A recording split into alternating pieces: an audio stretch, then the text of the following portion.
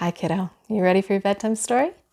We're going to read chapter 4 of Pippi in the South Seas. Now, you'll remember it doesn't have very many pictures, but when there's a picture, I'll show you, okay? So this is the first one, and it looks like it's a speckled horse, and Pippi and her monkey, I don't know if you can see it very well, are sitting on it. The long, wonderful summer holiday suddenly came to an end, and Tommy and Annika went back to school. Pippi still considered herself sufficiently well educated without going to school, and announced very decidedly that she had no intention of setting her foot in school until the day came when she couldn't stand not knowing how the word seasick was spelled. "But since I'm never seasick, I don't have to worry about the spelling in the first place," she said. "And if I should happen to be seasick one day, then I'll have other things to think about than knowing how to spell it. Besides, you'll probably never get sick." "Or seasick," said Tommy. And he was right. Pippi had sailed far and wide with her father before he became the king of a South Sea island, and before Pippi had settled down to live in Villivilicula. But in all her life, she'd never been seasick. Sometimes Pippi would ride over and pick up Tommy and Annika when school was over. This pleased Tommy and Annika very much. They loved to ride, and there certainly aren't many children who are able to ride home from school on horseback. "Please, Pippi, come and pick us up this afternoon," said Tommy one day, just as he and Annika were going to dash back to school after their lunch hour. "Yes, please," said Annika, "because today is the day that Mrs. Rosenblum is going to give out gifts to children who've been good and worked hard." Miss Rosenblum was a rich old lady who lived in the little town. She took good care of her money, but once every term she came to school and distributed gifts to the children. But not to all the children. Only the very good and hard-working children got presents. To make sure she would know which children were really good and hardworking, Miss Rosenblum held long examinations before she distributed the presents. That was the reason all the children in town lived in constant dread of her. Every day, when they were about to do their homework and were trying to think of something more amusing to do before getting started, their mother or father would say, "Remember Miss Rosenblum." It was a terrible disgrace to come home to one's parents and brothers and sisters the day Miss Rosenblum had been to school, and not have a small coin or a bag of candy or at least some underwear to show for it. Yes, of all things, underwear, because Mrs. Rosenblum distributed underwear to the poorest children. But it didn't matter how poor a child was if he didn't know the answer when Miss Rosenblum asked how many inches there were in a mile. It wasn't surprising at all that the children were afraid of Miss Rosenblum. They lived in terror of her soup, too. Believe it or not, Miss Rosenblum had all the children weighed and measured in order to see if there were any among them who were especially thin and pathetic, and who looked as if they weren't getting enough to eat at home. All those who were found to be poor and too skinny had to go to Miss Rosenblum's every lunch hour and eat a big plate of soup. It would have been fine if there hadn't been a whole lot of nasty barley in the soup. It always felt so slippery in the mouth. Now, the big day had arrived when Miss Rosenblum was coming to the school. Classes stopped earlier than usual, and all the children gathered in the schoolyard. Miss Rosenblum sat at a big table, which had been placed in the middle of the yard. To help her, she had 2 assistants who wrote down everything about the children: how much they weighed, if they were able to answer her questions, if they were poor and needed clothes, if they had good marks in conduct, if they had younger brothers and sisters at home who also needed clothing. There was no end to the things that Miss Rosenblum wanted to know. A box containing coins stood on the table in front of her. There were also a lot of bags of candy and big piles of undershirts and socks and woolen pants. "All children get in line," shouted Miss Rosenblum. "In the first line, I want children who don't have brothers and sisters at home. In the second line, children who have 1 or 2 brothers and sisters. In the third, children who have more than 2 brothers and sisters." This arrangement was made because Miss Rosenblum wanted everything to be orderly. Besides, It was only fair that the children who had many brothers and sisters at home should get bigger bags of candy than those who didn't have any. Then the examination began. Oh, how the children trembled. The ones who couldn't answer the minute a question was asked had to go and stand in a corner. And then they were sent home without as much as one piece of candy for their little brothers and sisters. Both Tommy and Annika were very good at their schoolwork, but in spite of that, the bow in Annika's hair quivered with suspense as she stood in line beside Tommy, and Tommy's face got whiter and whiter the closer he got to Miss Rosenblum. When it was his turn to answer, there was a sudden commotion in the line for children without brothers and sisters. Someone was pushing her way forward through the crowd, and who should it be but Pippi? She brushed the children aside and went straight up to Miss Rosenblum. "Excuse me, but I wasn't here when you started," she said. "In which line should I stand, since I don't have 14 brothers and sisters, of which 13 are naughty little boys?"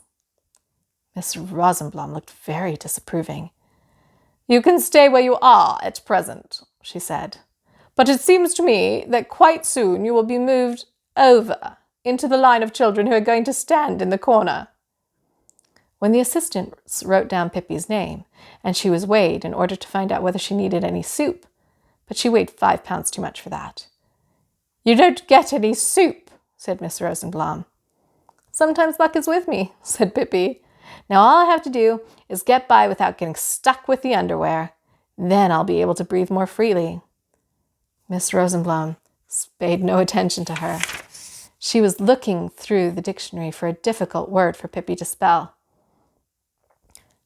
"Now then," she said finally, "will you tell me how you spell seasick?" "I'll be glad to," said Pippi. "Seesick." Miss Rosenblum smiled a sour smile. "Is that so?" she said. "The dictionary spells it differently." "Then it was very lucky that you wanted to know how I spelled it," said Pippi. "Seesick is the way I have always spelled it, and it seems to have worked out just fine." "Make a note of that," said Miss Rosenblum to the assistants, and grimly pressed her lips together.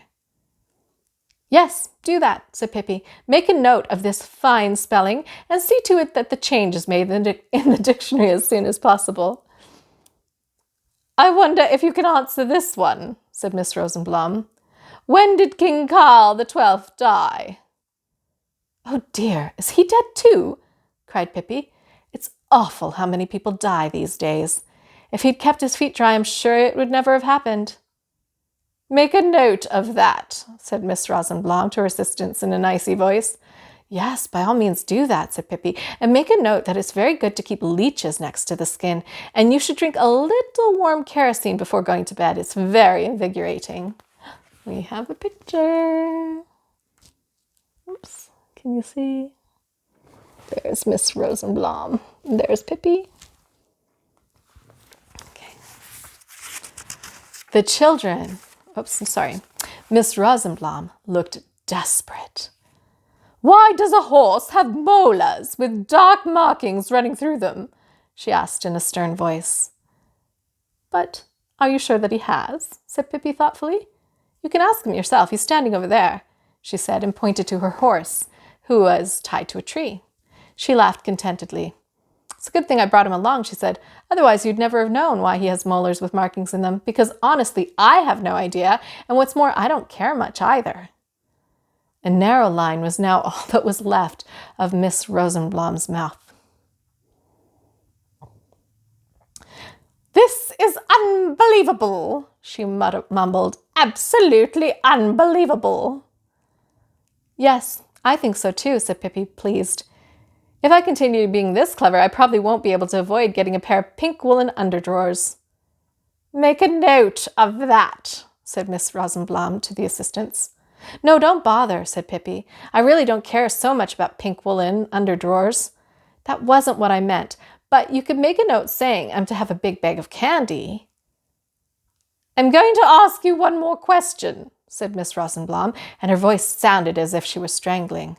"Yes, keep right on," said Pippi. "I like this kind of question and answer game." "Can you answer this one?" said Miss Rosenblum. "Peter and Paul are going to divide a cake. If Peter gets 1/4, what does Paul get?" "A stomachache," said Pippi. She turned to the assistants. "Make a note of this," she said seriously. "Make a note that Paul gets a stomachache."